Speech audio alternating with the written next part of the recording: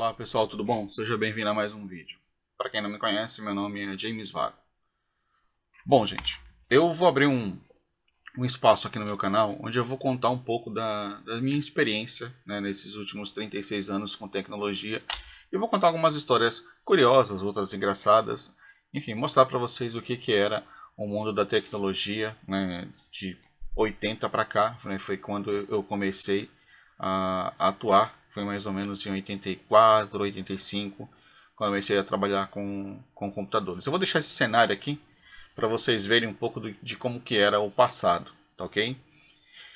Então, gente, assim, deixa eu contar uma história para vocês interessante. Foi logo quando eu comecei a trabalhar com micro, né? Eu tinha um vizinho, morávamos em São Paulo na época, e éramos vizinhos assim no mesmo andar. Então, eram só dois apartamentos por andar, praticamente nossas portas viviam abertas, então era como se fosse uma casa só. A gente vivia de um lado para o outro ali. Eu tinha eu e meu irmão, e eles tinham mais, eram três irmãos. Então nós éramos em cinco crianças ali o tempo todo interagindo. Bom, aí começamos a querer mexer com informática, né? E aí apareceu na nossa vida, na época a gente mexeu com TK, mexeu com MSX, e o meu tio, na época ele tinha na Santa Efigênia uma loja onde ele consertava computadores, porque ele é técnico, né, formado em eletrônica, e ele consertava microcomputadores daquela época, e naquela época basicamente o que tinha era o Apple. Então ele mexia muito com Apple. Você chegava na Santa Efigênia, na empresa dele, era lotado de Apples para consertar. Eu ia para lá, ficava fuçando lá com ele, né? Aprendendo a mexer nas máquinas, tendo contato com as máquinas. E nessa época, para você desenvolver alguma coisa, ou você tinha um assembly, né, para desenvolver sistemas, tinha os sistemas de grande porte, mas a gente trabalhava com micro, não tinha acesso a isso, ou você tinha o Basic para trabalhar, né? E a gente trabalhava exatamente com Basic. E nessa mesma época, você encontrava já revistas na livraria com conteúdo de Basic. E o conteúdo basicamente era jogos, né, gente? Era o que tinha para fazer. Eram jogos simples. Né? O MSX que trouxe a questão do gráfico para gente, o MSX da Gradiente, mas o TK não tinha, né? Era ligado na televisão, tinha recursos gráficos, mas se você pegasse, por exemplo, o Apple não tinha ainda, né? A versão gráfica era só a tela verde. Então a gente usava o MSX. E naquela época não tinha também, tinha já unidade de armazenamento, mas era muito caro. O MSX não tinha esse recurso de armazenamento. Não vinha, né? Não comprava. Então o que a gente conseguia fazer naquela época era gravar o conteúdo em fita cassete. Então você podia digitar todo o código de programação, né, que a gente fazia, comprava revista e passava horas e horas digitando. E aí quando dava erro tinha que rever todo o código. A gente revia ali por horas. Gente, era muita linha de código. A gente está falando de 2, 3 mil linhas de código aqui, fácil. Aí digitava tudo isso, conferia tudo e depois armazenava, gravava numa fita cassete para depois você download e conseguir utilizar aquele jogo novamente. O problema da fita cassete é que ela estragava muito fácil. E como que ele gravava os códigos, então era muito sensível. Qualquer ruído na fita cassete você perdia. Eu já não conseguia ler, não conseguia carregar e aí já era. Então dava problema. A gente tinha que tomar bastante cuidado. Então a gente não tinha equipamentos novos, né? Então perdia muito os códigos.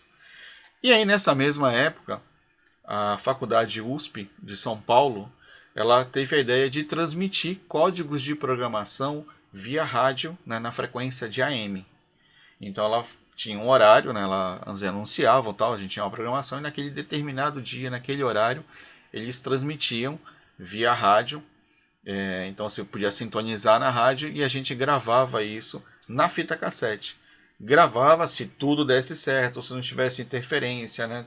Todos os problemas que poderiam estar para não ter uma gravação suja. A gravação entrando correta, a gente conseguia gravar na fita cassete o programa enviado via Basic e aí a gente carregava na MSX e brincava. Olha que loucura, gente.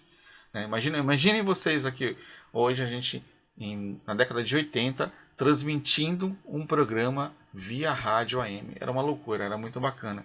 Então a gente se divertia muito, passava horas e horas ali mexendo, fuçando, tentando mexer nos códigos que a gente não entendia nada, né? A gente só ficava trocando os números para ver o que dava.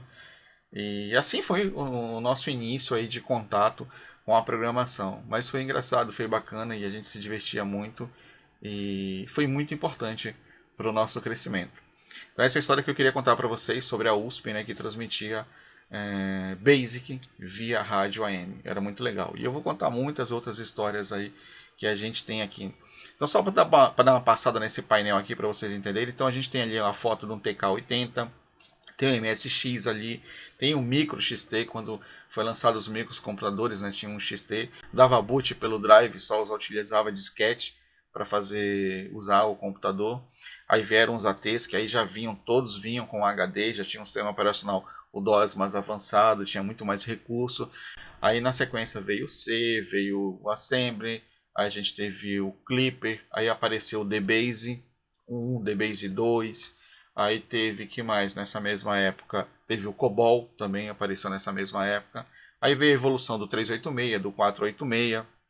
Aí a gente tem mais embaixo aqui, a gente tem um IBM, né, um terminal, que é um computador de grande porte, era utilizado muito pelas empresas, principalmente pelos bancos. A gente está vendo um terminal burro do IBM. Ao lado a gente está vendo o DigiRede. Era uma máquina muito bacana, utilizada pelas pequenas e médias empresas, porque era uma máquina que tinha um sistema operacional DigiRede fantástico. Nessa época eu também trabalhei com essa máquina, a gente trabalhava com desenvolvimento em Dataflex, versão 2.3, fantástico essa linguagem, de uma capacidade assim muito boa, porque tinha um banco de dados relacional já naquela época e rodava muito bem no Unix, e ela tinha uma vantagem, porque você desenvolvia a programação em bloco de notas mesmo, porque não tinha uma IDE, né, para desenvolvimento.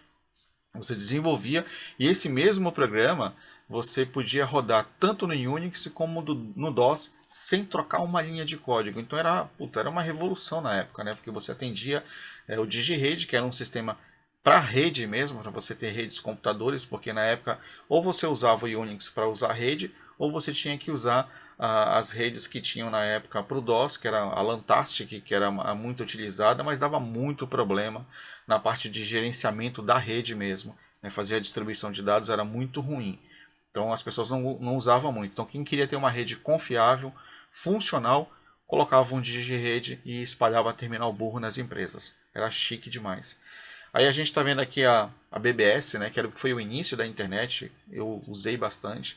Então nessa época não tinha uma tela gráfica, era só tela verde e você digitava os comandos para poder encontrar os sites, né, porque na verdade eram ambientes onde as pessoas deixavam programas para você fazer download.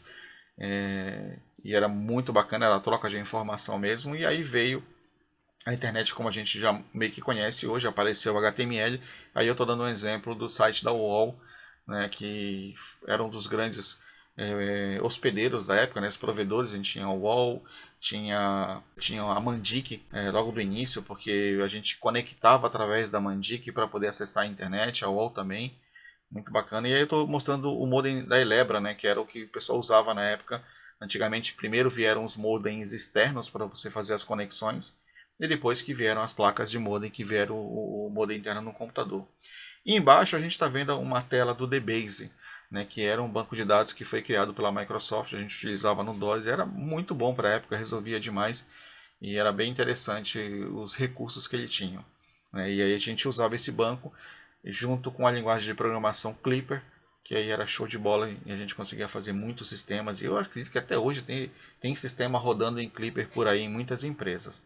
Tá? Então é um painelzão para vocês terem uma ideia. E a gente vai conversando mais sobre outras histórias aí e batendo um papo para vocês verem como foi difícil naquela época. E engraçado e interessante desenvolver software. Né? Hoje em dia, eu garanto para vocês, é muito mais fácil desenvolver software do que antigamente. Tá certo? E a gente vai contando outras histórias. Espero ver vocês nos próximos vídeos. Um grande abraço, fiquem com Deus.